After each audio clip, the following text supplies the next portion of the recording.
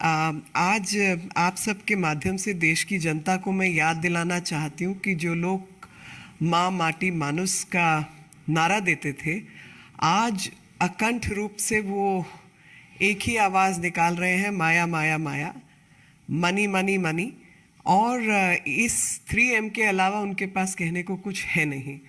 तो चाहे वो आप पार्थ चटर्जी की दस्तावेज देखें, चाहे आप अर्पिता के मुख से निकली हुई आवाज़ें सुने, चाहे इनके मंत्रियों के यहाँ जो छापे मिले उनकी कहानी देखें, तो एक ही बात सामने आती है कि तकरीबन 50 करोड़ रुपए अर्पिता के यहाँ से बरामद हुए। और इस 50 करोड़ के अलावा 9 किलो के आसपास सोना निकला है, अनगिनत संपत्ति के दस्तावेज निकले हैं, और हर किस्म की जो गैर कानूनी संपत्ति है उससे जुड़ी हुई चीज़ें सामने आई हैं।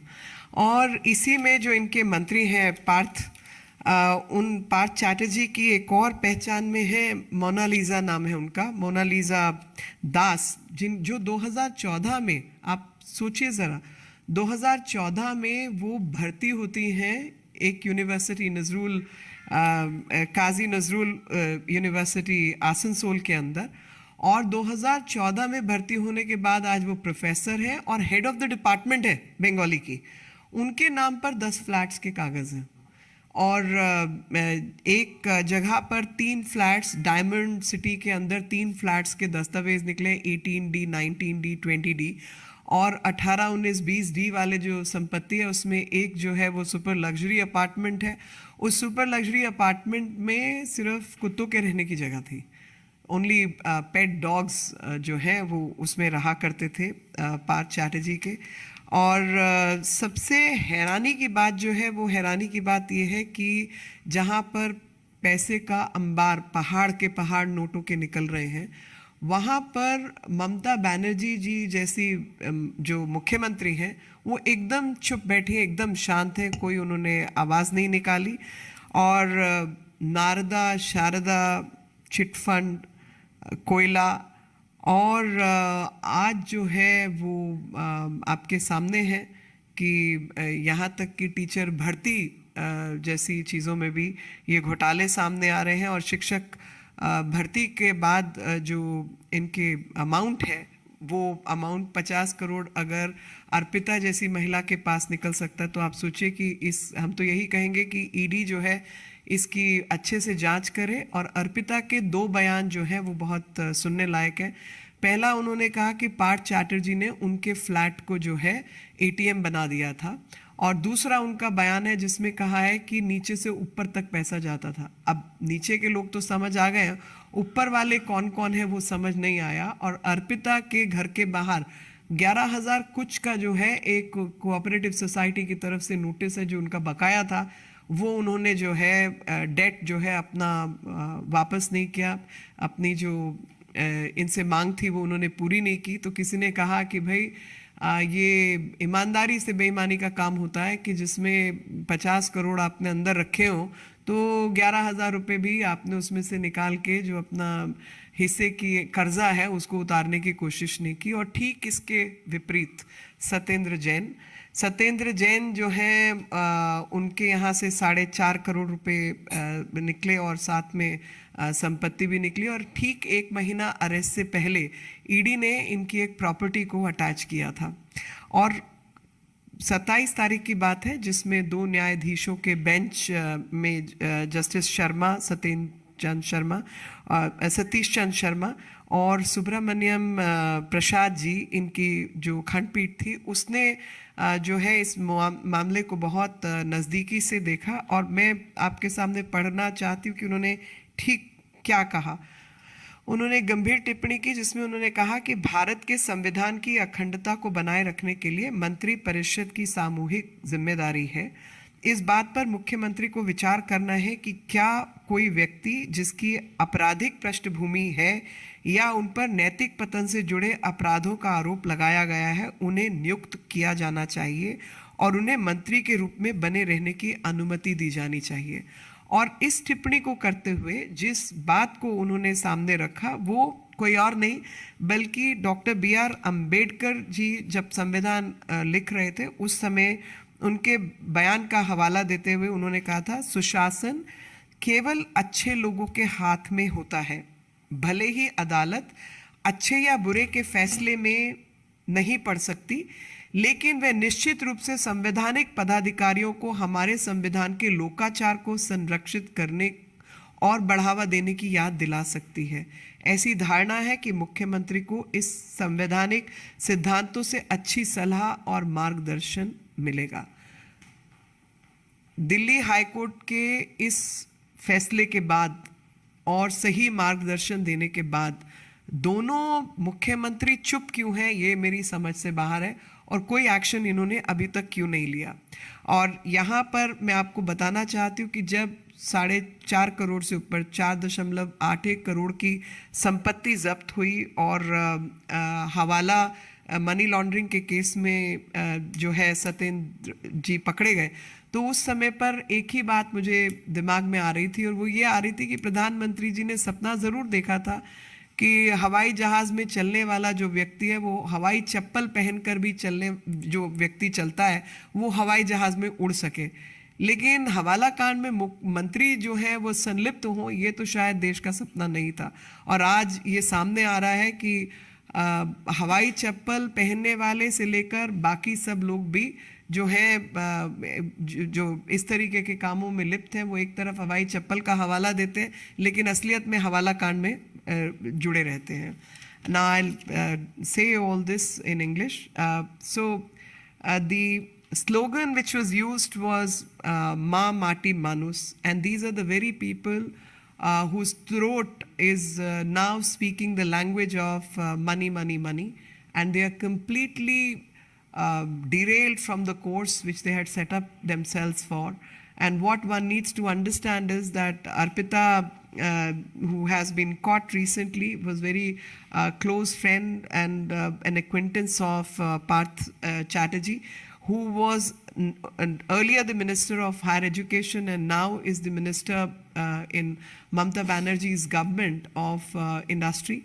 Earlier, on 22nd July, a sum of rupees 21 crore was found from her possession, and thereafter on 27 July, 29 crore worth of cash has been found. So a total of close to 50 crore cash has been found, in addition to 9 kgs of gold and various property which is unnamed property which has been found in the possession of Arpita.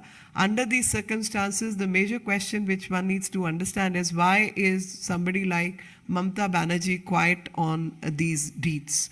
The black diary which has been found is enumerating the black deeds of the Mamata government, Mamata ji-led government.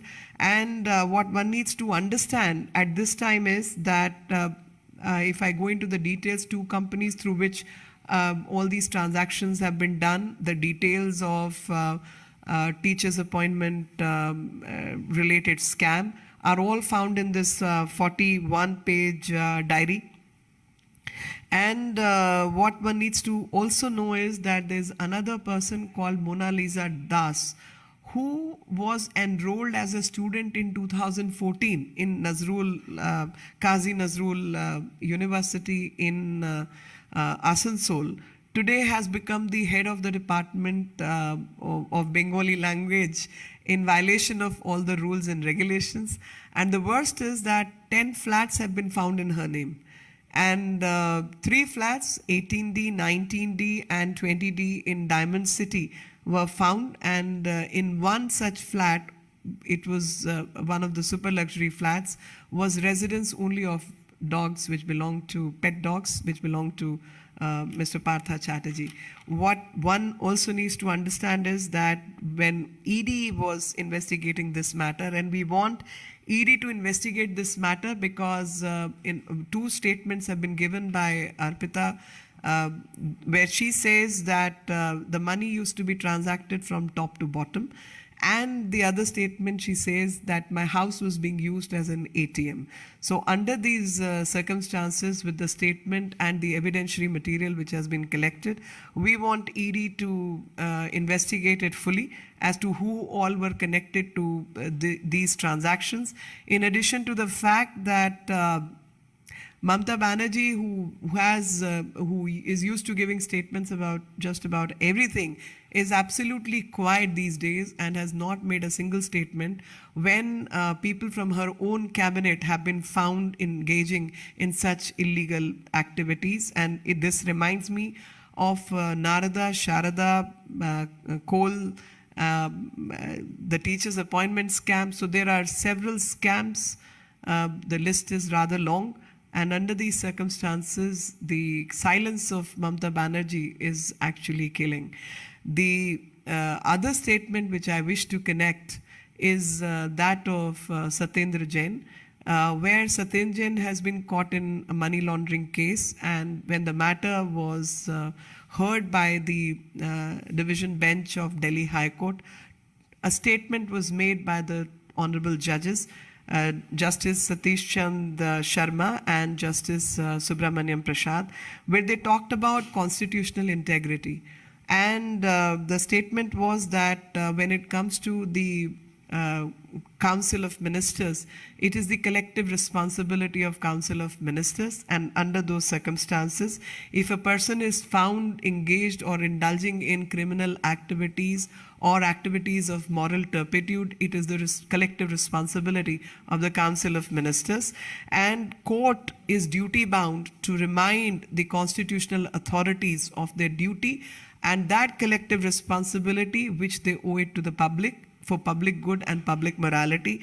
In addition to this, the court also laid reliance to the statement made by none less than Dr. B.R. Ambedkar, where he said the good governance part is left to only few good people. And court can't be privy to right or wrong, good or bad, but court can always remind the constitutional authorities of their duties to uphold the rule of law and uphold the integrity, constitutional integrity, thus reminding constitutional authorities of their constitutional responsibilities. Court has made the statement that this statement and the statement made by B.R. Ambedkar ji would hold in good stead in guiding the Chief Minister that while allocating offices to people, the honorable task, the constitutional principles and public morality needs to be kept in order, and thus the CM can walk the path of righteousness by following these principles. इन्हीं शब्दों के साथ मैंने अपना जो press थी वो पूरी की, लेकिन आपके कुछ प्रश्न हो तो मैं जवाब जरूर देना चाहूँगी. मोहित. Certain documents, the property deeds of Arpita Mukherjee's flat, and these documents were recovered by ED from Partha Chatterjee's house. The deed of this particular flat, where money was found, was recovered from Partha Chatterjee's flat, and that is where ED connected all the dots. Now there are allegations that the property documents of Arpita House, when they are found in Partha's house, it was a front for Partha to park his funds and a property. Now the property deed was found at his house, and he was using it to park all his funds at Arpita's place. No, this is very clear. Not just this, several other documents have been found from each other's place, and quite clearly Arpita in her own statement has stated that Partha Chatterjee used her flat as an ATM. And in addition to this, she also said that this money which was here, because he happens to be the General Secretary of TMC also. So Partha Chatterjee is not just the industry minister, the present industry minister and former education minister of West Bengal, but he's also the General Secretary of TMC. And under these circumstances, the evidence which has been collected, whether it is the money laundering case or it is the various transactions and properties which have been found, I think ED needs to do a thorough job and connect everything.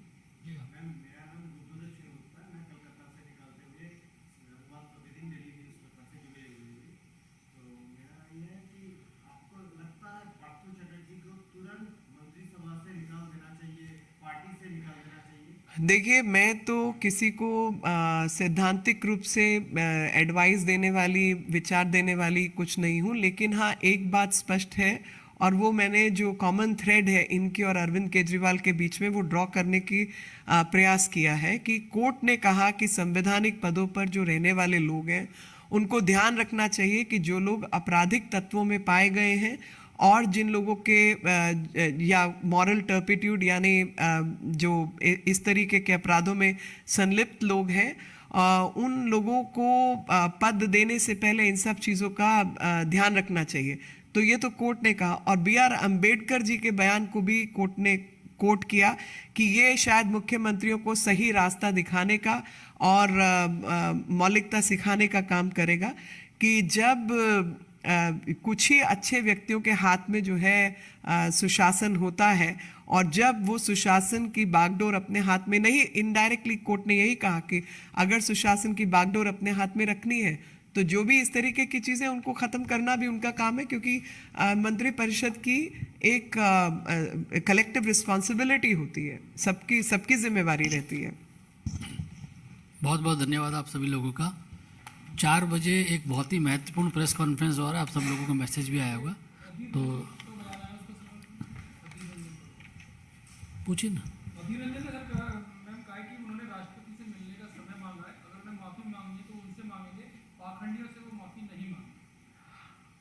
जो लोग पूरे देश की जनता के सामने उन्होंने ये बयान दिया, और पूरी देश की जनता खास तौर पे जो वनवासी प्रदेश और जनजातीय समूह के लोग हैं, आपको उनसे माफ़ी मांगनी होगी।